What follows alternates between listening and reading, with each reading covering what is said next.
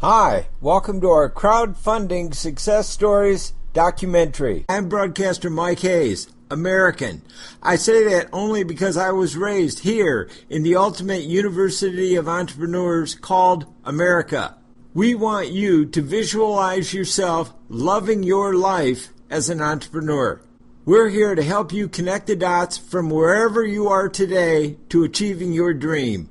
We just released a big press release announcement with the prestigious Kauffman Foundation, who will feed entrepreneurs into our radio show. If you are not in a city with a Kauffman Foundation office, this is the place where you can still be considered for Dream Big America.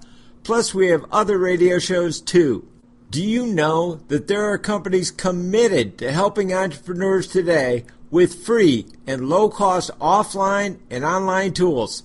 These companies have such extraordinary customer service that it's actually like having free employees to help you. No kidding. You are not alone. You'll meet some of them today. You'll also meet your peers, people just like you who have recently become successful.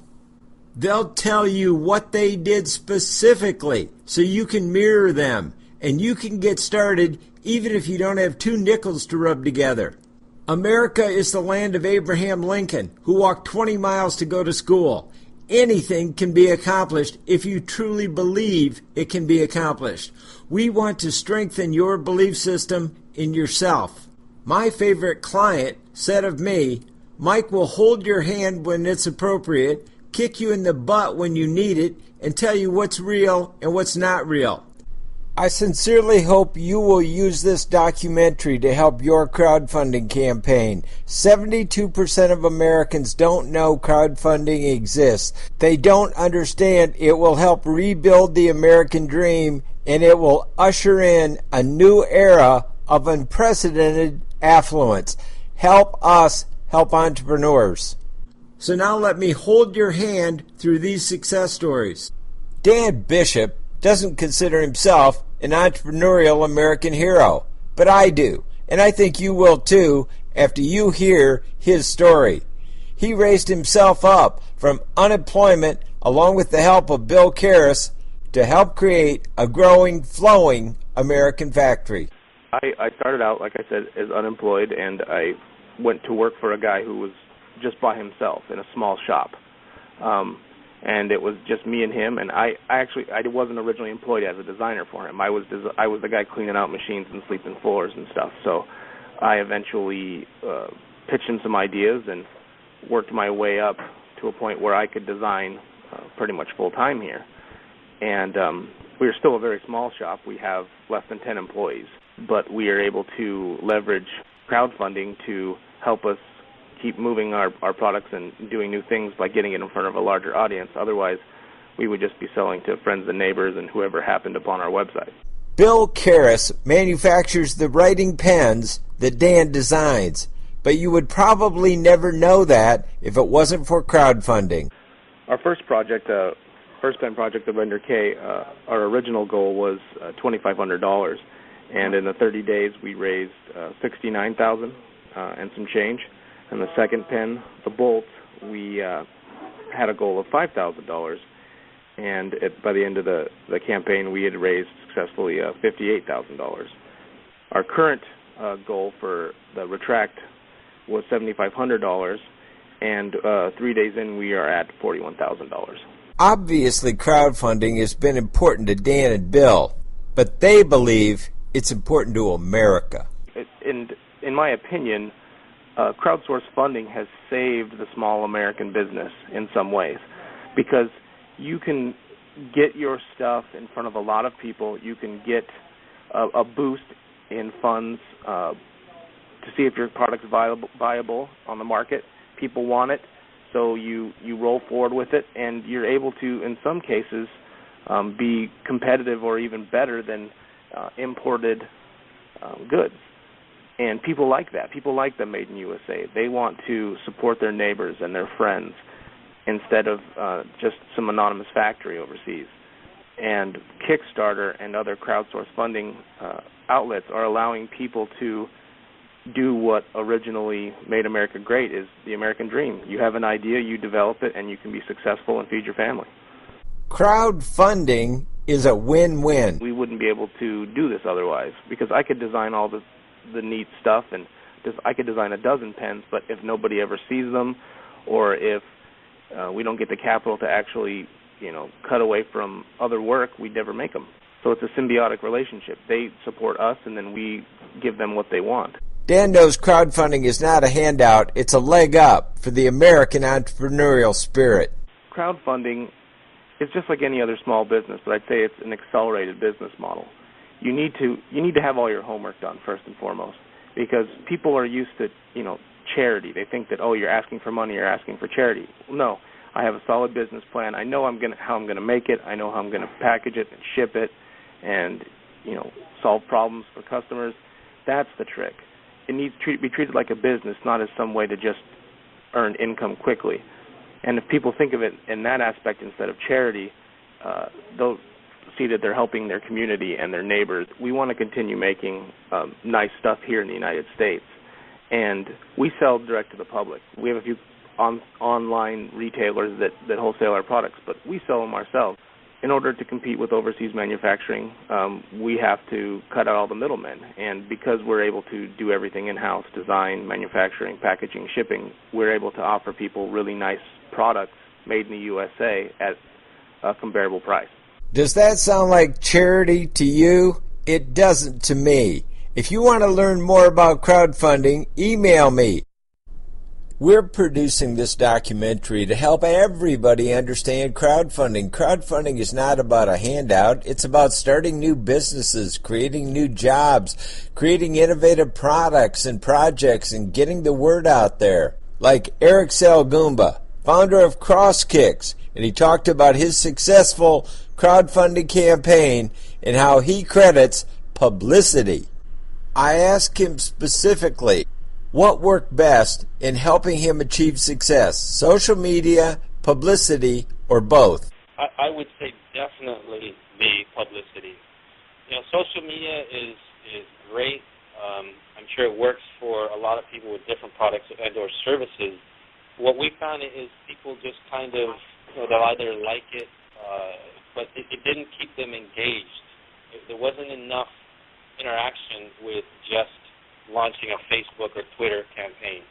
The publicity from the PR is far greater in terms of immediate response, like actual response, converting those people that just look at the picture and look at the a video that you put up on Facebook. It wasn't enough. They were not converting. And so get people to read about it and actually go to the site and actually make a pledge. So definitely the publicity.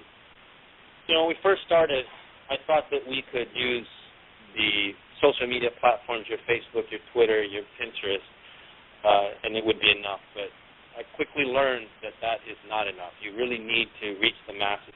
Obviously when you launch the PR, the product has to be good enough for these companies to want to write and blog about it. Fortunately for us, our product was good, so a lot of the companies that wrote about it they wanted to write about it. What journalists do you think really caused the greatest traffic at Kickstarter for you? I don't really know the whole process. I was getting the emails from them of what sites and what companies and organizations took the story, and we were able to click on the URL and basically see it on a ton of different organizations, well-known organizations, Wall Street Journal, Oregon Live. There's so many of them. I can't even remember all of them, but there's a ton. Did you find that the publicity gave you not only exposure but credibility? And what kind of feedback did you get from your backers about all the publicity and credibility you were getting from the publicity? All of the publicity was very positive. Basically, to promote something that was new and fresh and more functional than just a slip-on. So the response was very, very positive. Like I said, we got inquiries from distributors, investors, from the Kickstarter campaign. But all the news wires were very, very positive. Did you list the publicity that you got on your campaign? Did that help? Did you show it?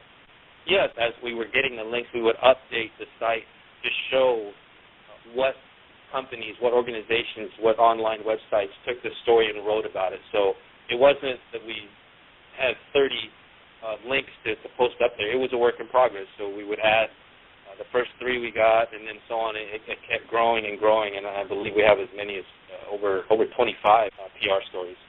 Eric considered himself a typical startup, but no longer. He's now raised nearly $100,000. Even the superstar entrepreneurs like Donald Trump need to raise money for their next projects. Crowdfunding is about starting new jobs, new businesses, new projects, new ideas, and really helping to re-kickstart America. Abby Howard wanted to write a graphic novel. It was named Junior Scientist Power Hour, and so she launched a crowdfunding campaign. My original goal was 9,000, and I reached it in 17 minutes. I am currently at 77K, and I still have 19 days to go. And I started with 25, so I've made all this money in pretty much like 6 days. It's extremely exciting that people are so excited about this project, because I know I am personally very excited to start working on it. Do you have a graphic novel in your mind? Contact me. Davide Vigano is founder of Sensoria Fitness. He has an Indiegogo campaign successfully launching. Now, just to grab your attention, I'll say it's about a computer in your socks. Now I'll let Davide explain wearable computers and Sensoria Fitness.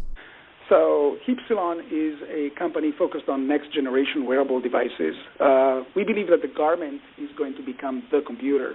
If you want to help us with bringing the first line of garments, instrumented garments to market, you can actually go to sensoriafitness.com and contribute to our Indiegogo crowdfunding campaign right now. I also talked to Davide about the importance of pre-crowdfunding preparation before you launch a crowdfunding campaign. Well, you're absolutely right, Mike. I mean, you need to plan for crowdfunding. If you don't plan, then it becomes very complicated.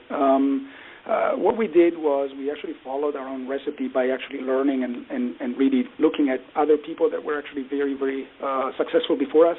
During our crowdfunding success story interviews, we always ask which specific journalists, bloggers, etc. were really responsible for helping you create your successful crowdfunding campaign. We've got the greatest list of bloggers, journalists, and talk show hosts to help crowdfunders reach their crowdfunding financial goals. We were fortunate enough to be featured by CNET, BBC News, Business Week, Mashable, GeekWire. We were featured by Como TV here, the ABC affiliate here in the Seattle area. And then you're totally right. You need to actually start the conversation through social media. So we started Facebook and Twitter conversation as well, and we actually started attracting people that know more than we do in terms of running. Davide is a Microsoft engineer. He understands savvy entrepreneurs, and he knows crowdfunding is not charity. It's vitally important to American innovation. Well, crowdfunding is a fantastic tool that allows people in America to contribute to innovation, right? So you can play a major role in bringing a product to market and validate the product before the product exists. So it's a phenomenal opportunity for each one of us to place a bet to fuel the next wave of innovation in the country and fuel potential job creation as well. If you have an idea you're passionate about, contact me today about our new radio show. Anthony Evans is a co-founder of Glowing Plant. He talks about launching their new scientific project basically out of a garage thanks to crowdfunding. Basically operating out of a garage, actually have a crack at making something that's interesting and useful and that's clearly fired up the imagination of a lot of people. We've got over 2,000 backers already on Kickstarter. We've been live less than a week. We hit our goal in in just over 48 hours. And, quite historically, this is the first ever crowdfunded synthetic biology project, and we